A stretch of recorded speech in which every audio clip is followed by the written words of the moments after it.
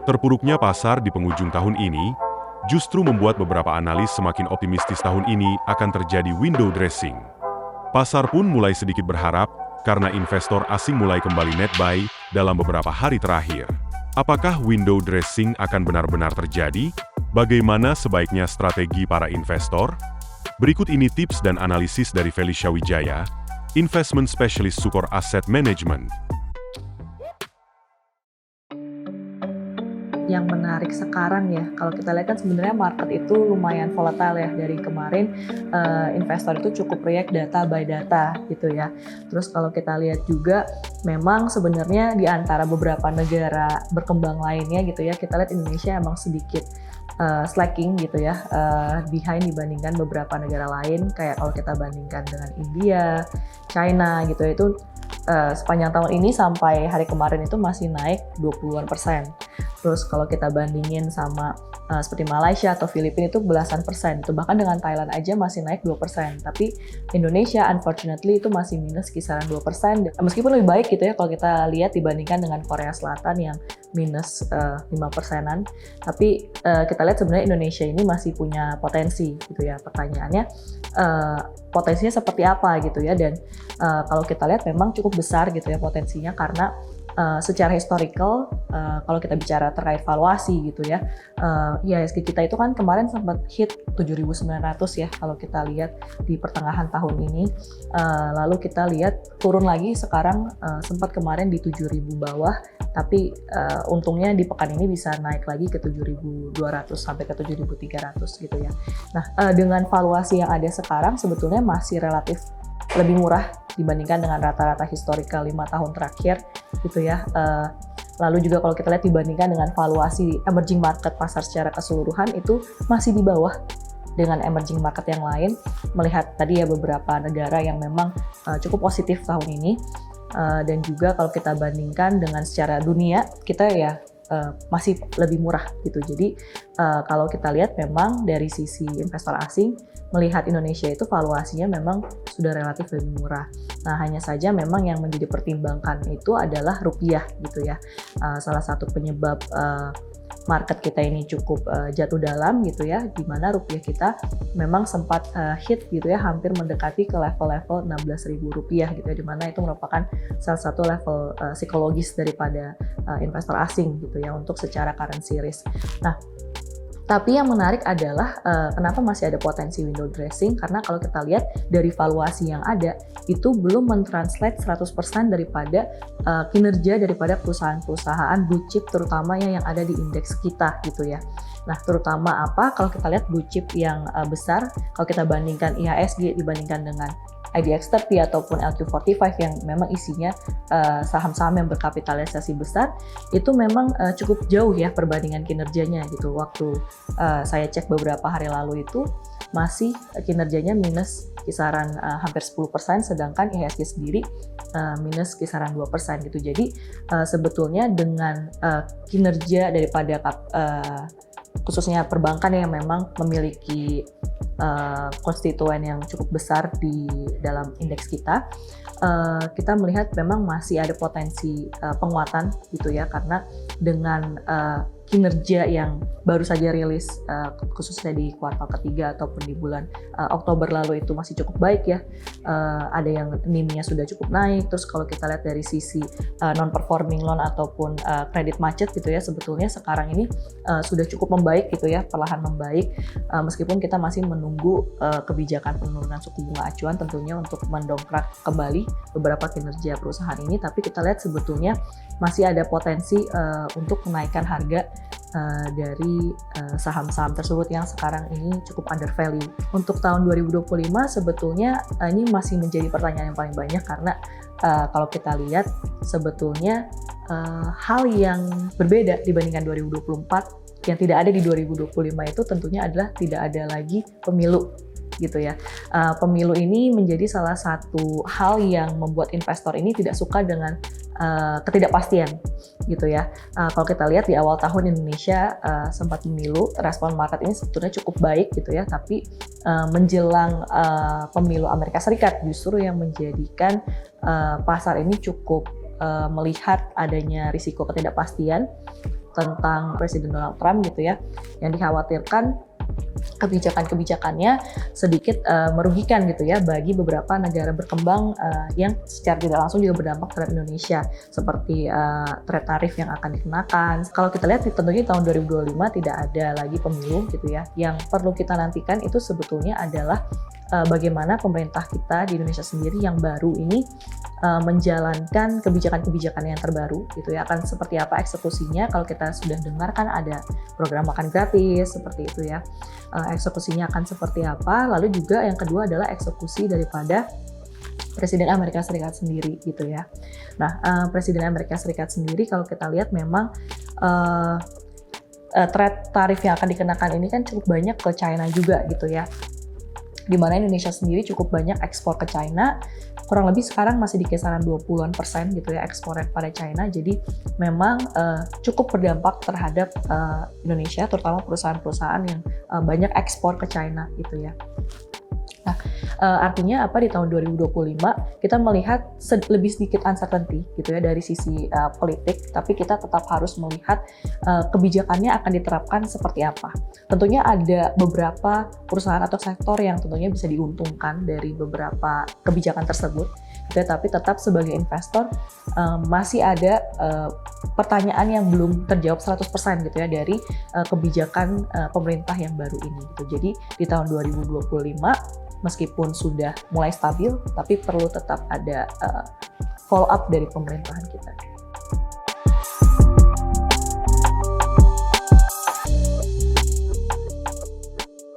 Menurut saya di tahun 2025 itu masih ada potensi growth gitu ya untuk saham maupun obligasi, karena tadi saham satu valuasinya sudah murah sekali gitu ya. Terus juga kita melihat pelan-pelan investor asing ini beberapa hari terakhir ini, khususnya 2 hari terakhir sudah masuk lagi hampir 3 triliun gitu ya di pasar equity kita gitu. Jadi kita sudah melihat sudah cukup atraktif bagi investor asing di level IHSG yang saat ini. Lalu yang kedua adalah pasar obligasi. Nah, dengan masih adanya potensi pemangkasan suku bunga acuan di tahun 2025 baik dari Amerika Serikat atau Indonesia, karena Indonesia akhir-akhir ini kan mengikuti kiblatnya ke Amerika Serikat gitu ya. Nah, kalau kita lihat memang Amerika Serikat sendiri dari proyeksi yang terakhir gitu ya, memang disampaikan mungkin tidak sebanyak yang sebelumnya. Itu tadinya bisa ada ekspektasi bisa sampai 1% penurunan di tahun 2025, tapi mungkin hanya kisaran 50 basis point gitu ya, 1 atau sampai 2 kali pemangkasan suku bunga acuan di tahun 2025. Begitu juga dengan Indonesia, kalau kita lihat sampai di tahun depan kemungkinan berarti masih ada juga pemangkasan. Kalau memang tahun ini masih ada potensi 1 kali lagi, mungkin tahun depan bisa mungkin 1 kali atau 2 kali lagi maksimal untuk pemangkasan suku bunga acuannya sama dengan Amerika Serikat gitu ya. Melihat masih ada potensi pemangkasan suku bunga acuan, dan kalau kita lihat imbal hasil yang jangka panjang itu dengan yang jangka pendek itu sekarang ini masih cukup flat gitu ya, belum steepen lagi. Kita harapkan tahun depan bisa balik steepen, dan juga potensi pemangkasan suku bunga acuan ini juga masih bisa menarik investor asing untuk ke pasar obligasi gitu ya, karena di tahun ini berbeda dengan saham gitu ya. Pasar obligasi ini inflow-nya cukup banyak gitu ya, mencapai 40 triliun lebih gitu ya, di saat saham sudah mulai turun 20-an triliun. Jadi memang kita lihat keduanya masih menawarkan potensi upside gitu ya, meskipun masih ada beberapa uncertainty gitu ya terkait dengan kebijakan pemerintah yang memang perlu dijawab seiring dengan berjalannya waktu.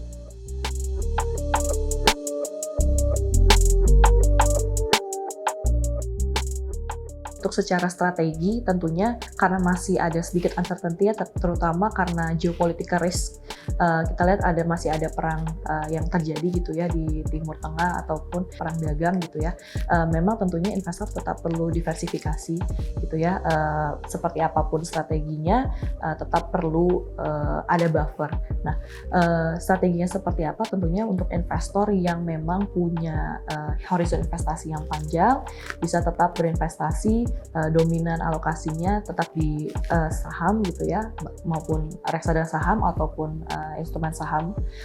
Dan juga kalau untuk investor yang memang memiliki horizon investasi yang memang medium ataupun profil risiko yang cenderung moderat, itu bisa ke reksadana pendapatan tetap atau obligasi gitu ya, karena memang obligasi juga masih memiliki potensi penguatan, maupun reksadana campuran gitu ya, di mana ada campuran sedikit saham ataupun obligasinya.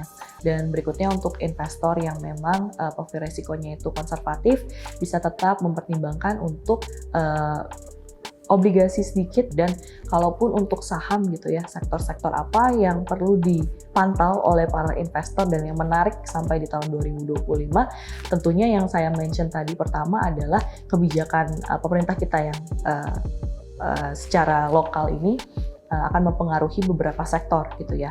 Nah, yang pertama kita suka dengan sektor konsumsi, tapi hanya beberapa selektif aja, karena memang dari program Pak Prabowo yang memang sudah berjalan saat ini gitu ya, itu adalah program makan gratis. Kita melihat memang beberapa saham ayam gitu ya, seperti poultry itu cukup menarik dari sisi komoditasnya sendiri gitu ya, seperti harga jagung gitu ya, kemarin panen jagung cukup banyak gitu, jadi sisi feed pakan ternaknya ini sebetulnya cukup terbantu gitu ya untuk kinerja di khususnya di fourth quarter 2024. Dan kita juga melihat ada perbaikan di harga DOC ataupun di harga ayam yang memang sudah menjelang untuk liburan tahun baru ini gitu ya, di fourth quarter 2024. Lalu kita juga melihat beberapa sektor yang memang seperti susu gitu ya, konsumsi susu itu juga masih cukup menarik karena dipakai untuk program makan gratis gitu. Dan juga mungkin ada sektor rokok gitu yang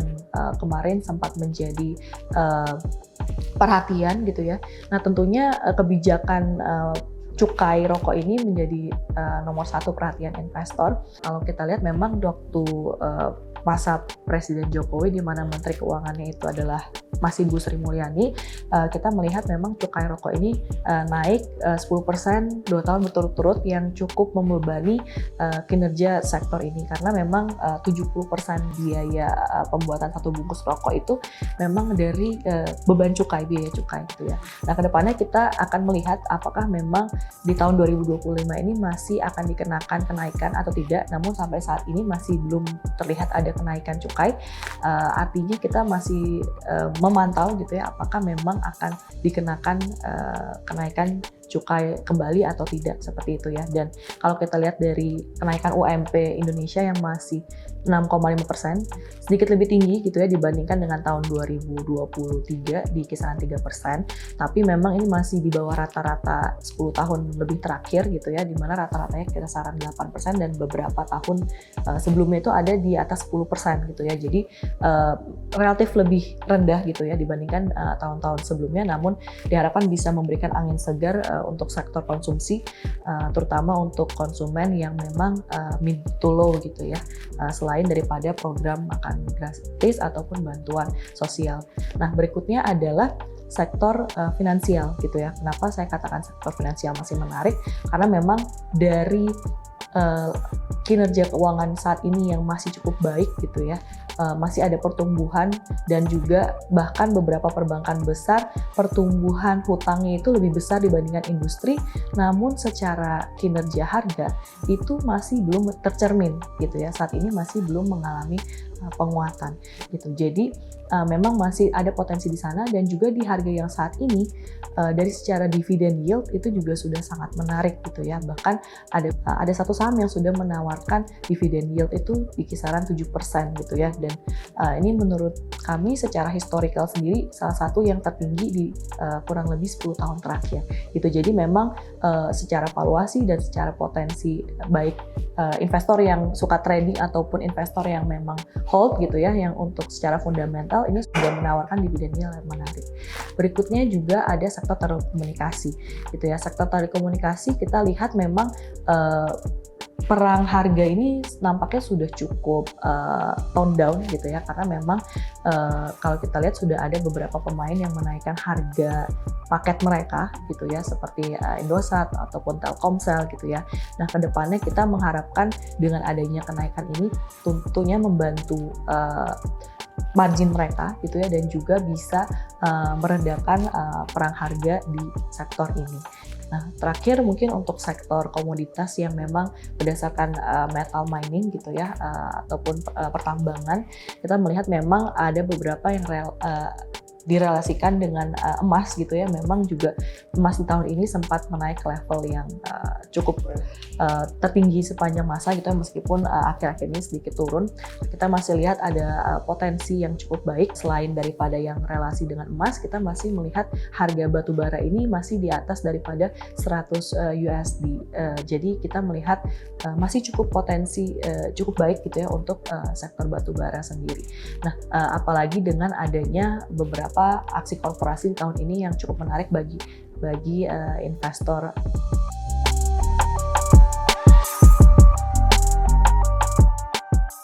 Obligasi tentunya kalau kita lihat memang di sekarang yieldnya ini masih cukup lebar gitu ya, spreadnya dari yang tenor pendek dibandingkan dengan yang tenor panjang, di mana biasanya untuk tenor panjang itu menawarkan imbal hasil yang jauh lebih tinggi dibandingkan dengan tenor pendek. Kalau kita lihat sekarang mungkin tenor pendek itu menawarkan di kisaran 6,6, 6,7 atau 6,5, sedangkan untuk di tenor panjangnya gitu ya itu masih di kisaran 6,9. Jadi bedanya itu mungkin hanya kisaran 0,2 sampai 0,3%. Sedangkan secara historical kita melihat normalnya itu sebelum COVID atau sebelum pandemi itu ada di kisaran setidaknya 2% ke atas gitu ya untuk yang tenor pendek dan juga tenor panjang gitu ya. Nah, kalau kita lihat memang untuk pemangkasan suku bunga acuan biasanya yang berdampak pertama itu adalah di tenor pendek terlebih dahulu yang memang cukup berdampak langsung gitu ya dari pemangkasan suku bunga acuan, sehingga memang kita masih cukup memiliki beberapa tenor yang pendek gitu ya. Apalagi tahun 2024 kemarin masih sempat ada kenaikan suku bunga acuan sehingga kita masih cukup mempertahankan durasi yang pendek. Tapi secara perlahan kita memang cukup melirik kembali tenor-tenor yang panjang gitu ya, karena memang seiring dengan kita melihat harapan yield ini bisa kembali melebar gitu, secara perlahan menaikkan durasi reksadana kami sehingga kita bisa catch up untuk penguatan obligasi di tahun 2025.